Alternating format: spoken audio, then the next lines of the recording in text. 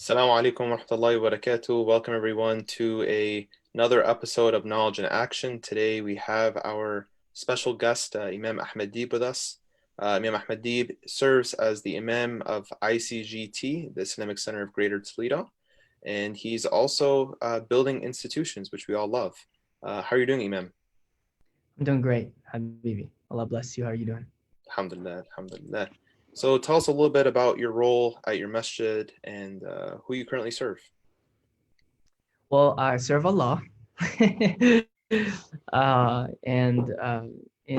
serve Allah through serving the Islamic Center of Greater Toledo, which is a very, very historic masjid in America. It's the third oldest masjid built in America, and I do believe that the community in Toledo, the Muslims of Toledo, are the oldest immigrant Muslim community in America. I mean, they came here in the 20s and 30s, which is really crazy to even think about. Yeah, so I'm the Imam and Director of Religious Affairs at the Islamic Center of Greater Toledo. So that's kind of my official title. Alhamdulillah, alhamdulillah. You know, one question I've frequently asked imams on this call is the role of an imam has changed over the years. I mean, throughout Islamic history. In the status quo, what does an imam what do we call an imam to do and serve us in what way? Yeah. You brought out the big guns for the first question, huh? Yeah, man. Look, the truth of the matter is we don't really know yet, because a tradition is not a static tradition. It's one that develops. And so just the term imam itself, I mean, look how far, I wouldn't say how far it developed, but look look at the manner in which it is developed, where when you said imam, it meant like, Imam Malik, Imam Yeah, Ahmad, right? right. A central pillar of a school of thought in fiqh, for example, meant alim. And nowadays, the concept of an imam is ever changing because the world is ever changing. This is the state of the postmodern, modern world.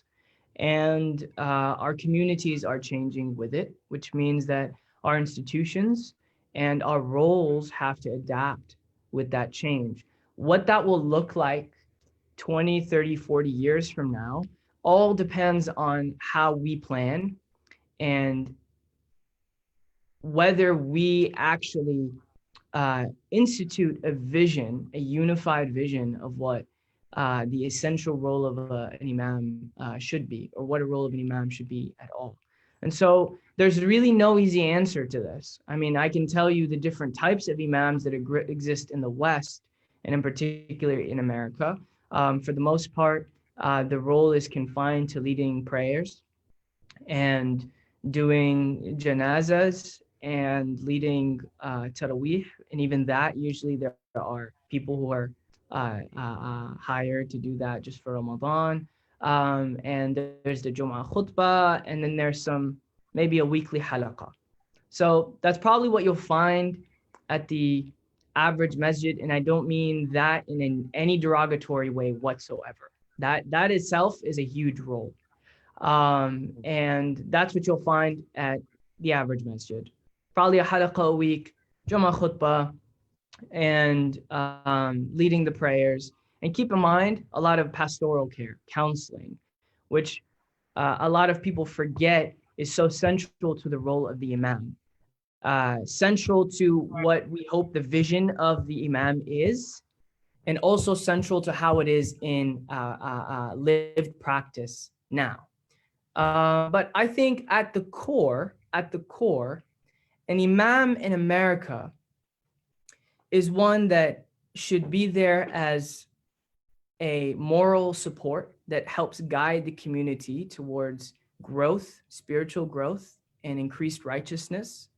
And that entails many things. Number one, there's the pastoral counseling role, where you have to be available for people and We all have issues. And as our beloved Bashir Jones tells us, if you say you don't have issues, then lying is your issue, right? We all have issues, and imams have issues. And so the imam is entrusted with this huge amana of being able to help people through their difficulties and in a process, in a way that allows them to grow spiritually. And then in addition to that, maybe number two, another element that I think is crucial to discuss is that the community must learn its fard ain. Okay, what that means is that there is necessary knowledge that every Muslim has to have. And the imam's role, I believe, central role, is to make sure everyone in their congregation has that necessary knowledge, but not just theoretically, has it in a manner that allows them to walk the path and to grow spiritually and to become transformed human beings, as opposed to what many a times we see in masajid. And again, these aren't criticisms so much as observations, scattered knowledge, which I am very against. The idea of someone spending 40 years in a community and having never actually studied basic fiqh, only in sound bites and disconnected thematic lectures, which does not lend itself to real growth. I mean, lectures in general don't lend themselves to spiritual growth, no matter how inspirational they are. And this is something we're starting to learn, especially now in this weird age where literally everyone and their grandparent is on Zoom, right? And everyone's giving a halaqah. And again, there's nothing wrong with that. That's beautiful. But what we'll find very slowly, and we'll start to see people recognize. I mean, I just spoke to one of the young people the other day. He called me. I knew him for like 7 years. I used to teach him, and he called me up. He's in college now, and he's like, Imam, I listen to lectures a lot, but I don't feel like I'm actually growing or getting anywhere. And so I had to tell him, I was like, well, there's a difference between talab al-ilm, right, seeking knowledge in a committed fashion that is methodological, that is coherent, that is systematic, and simply listening to motivational messages, and both have their role. Okay, that's another important thing. They have their role. The masjid is the place of inspiration, but at its core, and it's always been like this historically, it's the place of knowledge, where people come to learn, become transformed spiritual beings. And so that's what I think is a central role. And then lastly, I would say that the masjid has to be the cultural icon of that city for everyone there. And when we talk about culture, we're talking about beautiful, positive cultural change that many a times happens through service, right? So the masjid has to be the source of service in that city and in that community. And that also means joining other efforts, right? But if the masjid is not seen as a pillar of support to the city at large, we're failing. And I have no shame in saying that whatsoever. If the masjid serves no one in its purpose, but the congregants that go through its doors, we have failed. The masjid has to be a lighthouse, bringing light to all around it, to everything around it. And it has to be a place of cultural change, positive cultural change and service. And this is why I joined the Islamic Center Greater Toledo. I thought it was, out of all the masajid in America, had the most incredible cultural capital I've ever seen and the most potential. Everyone, you heard about the Birds of Chicago event. Excuse me, right? Getting calls. But the famous folk band that mentioned the masjid in its song. And when we invited them, he told me explicitly, he said, listen, I grew up in Toledo, and the mosque was as American as cream soda, right? So number one, the aesthetics, which is also something that as non-immigrants, as children of immigrants, or those that don't come from an immigrant background, we sometimes downplay the aesthetics.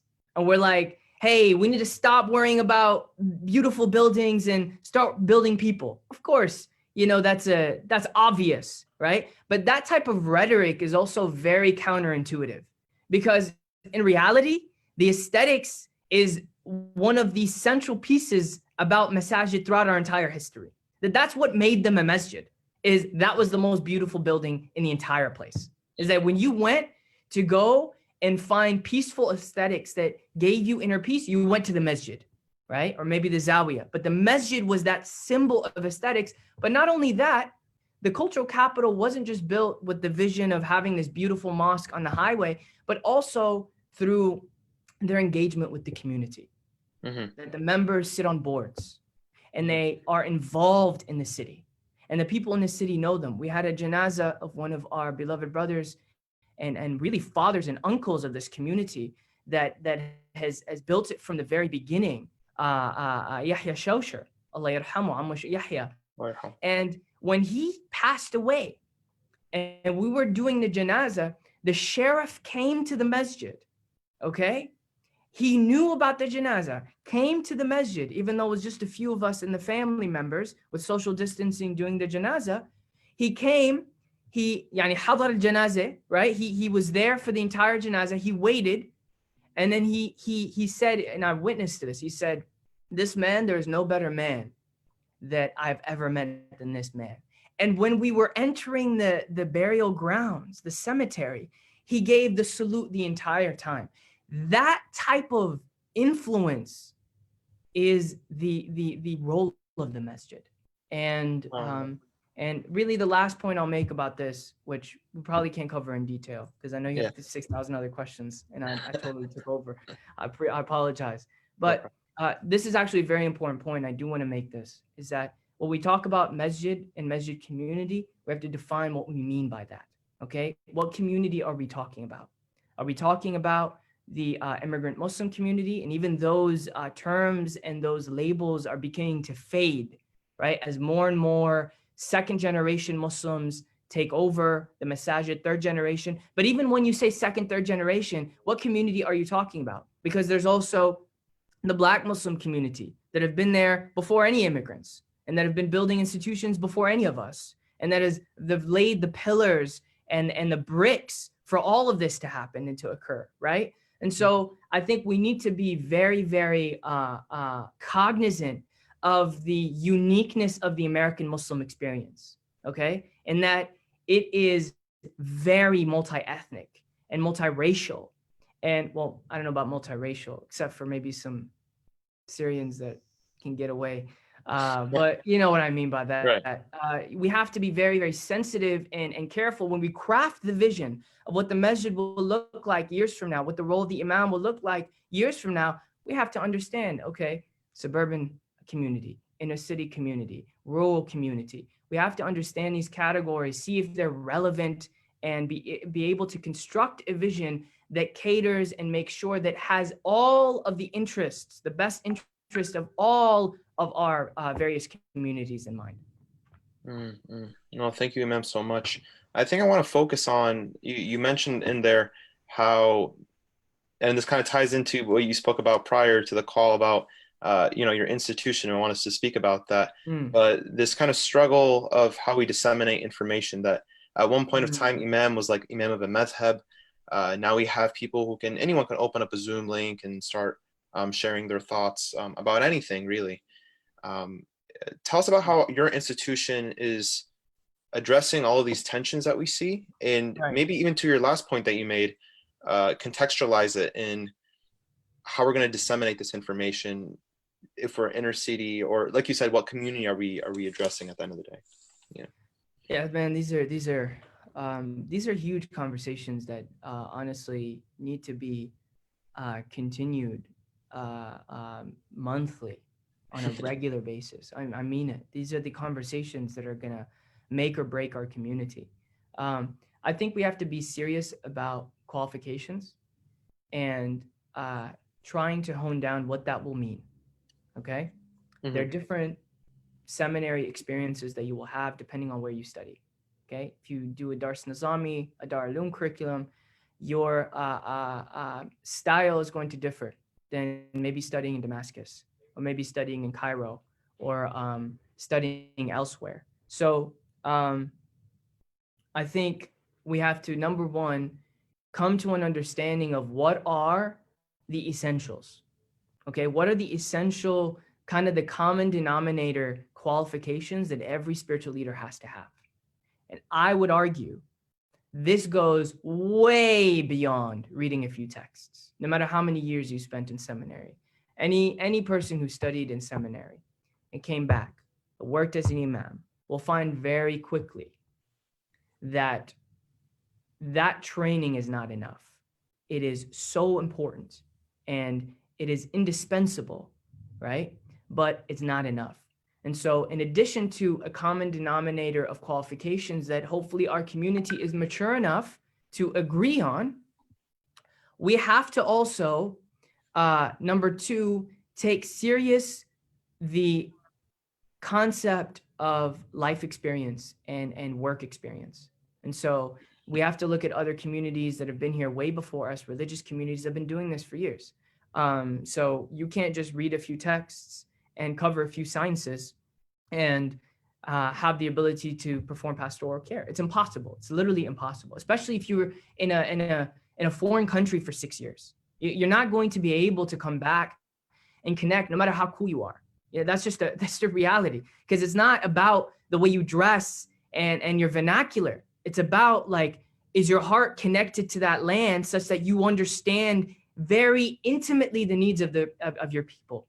Okay, so taking seriously applied experience, internships, residencies that every single spiritual leader has to go and undergo. And when I say spiritual leader, I'm saying that on purpose, because I do believe part of the future is recognizing that men are not going to cut it, and they never did. So recognizing that we need female spiritual leadership, and this is where getting that common denominator, honing down those essential foundations and qualifications are important. So it's like, okay, here's what you need to know. You need to, intermediate level in these various sciences. You need to have applied experience, potentially a mandatory MA, kind of like what the Christian community has and what Bayan Claremont has really pioneered in making sure that Muslim students or imams and religious leaders are not just those who have a degree in Islamic studies from a seminary, and a foreign seminary for the most part. Again, these are not criticisms. These are realities that we have to observe, but also context to their knowledge. Okay. And context is, again, both the applied experience, being able to counsel people, learning how to do that, learning how to speak to people, learning how to guide people, learning how to give tarbiyah, which is not something you learn in seminary. Reading the Ihya or the Risala of Qushayri, that's not going to prepare you to actually help people become better people, right? But then also context, understanding your own context, which Cambridge Muslim College does in a phenomenal way. And so you mentioned my institution. One of the things that I want to do with Itqan Institute is I want to revive the tradition of expertise and scholarship and specialization. That the Quran is the most important thing that we can learn as a Muslim. And if we believe in the universality of its message, it's the most important thing to be able to communicate to all those around us.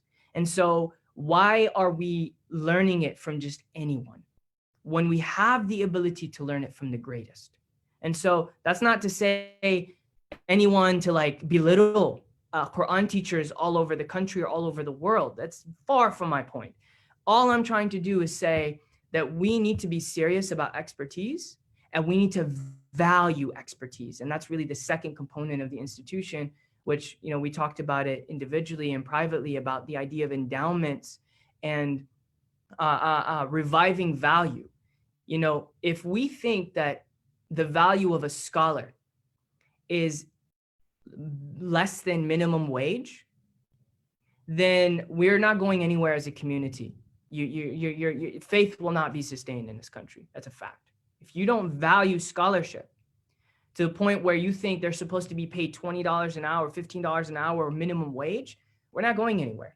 And so one of the things I wanted to do with Itqan is establish an institution that was for the scholars, that emphasized expertise, emphasized sanad, right? It's not enough to have a degree. Are you connected spiritually and emotionally with real scholars? Did you sit with them? Did they give you tarbiyah, right? This is part of our deen. Sanad is not just a transmission of a piece of information, okay? It's way beyond that. And then thirdly, to revive the value of the ulama and the scholars of the religion and the spiritual leadership, such that we value them more than anything else, which is why we charge higher on purpose, and every penny goes to the scholars that teach for Itqan Institute. We don't have like paid, everything goes to the scholars and their families in order to support them, because they are the pillars of our community. That's amazing, and I think it's absolutely needed. And especially to your point about specialties and expertise, um, it is necessary from my perspective. Imam, thank you so much for having us. I want the audience to follow you after we're done here. What's the best way that people can stay in touch with you? Sure, I appreciate that. So you can, if you're interested in Itqan, you can go to itqaninstitute.com, 2 A's, ITQAAN. We're on Instagram as well, just recently. New to all this stuff, a little bit new. It's just the same thing. It's at Itqan Institute. And, please follow the Islamic Center Greater Toledo. I don't really do anything on like a personal page. Everything I do is through the masjid, or at least the majority of what I do is through the masjid. So you could just facebook.com/ICGTOLEDO, ICGT Toledo. And you can, if you're interested, you can follow me on Instagram. I not that interesting, but you're welcome to. It's just at AAR Deeb. Thank you so much, Imam. Opportunity, CD, and may Allah bless you and all those who have listened, and may Allah accept your fast, may Allah accept your prayers and devotion. May Allah make this a transformative month, so that we leave it as different individuals in the best way possible, that increases our righteousness and that makes us of those who will inshallah be victorious and giving glad tidings of paradise. هذا وصلى الله على سيدنا محمد. السلام عليكم ورحمة الله وبركاته. الله يبارك فيك.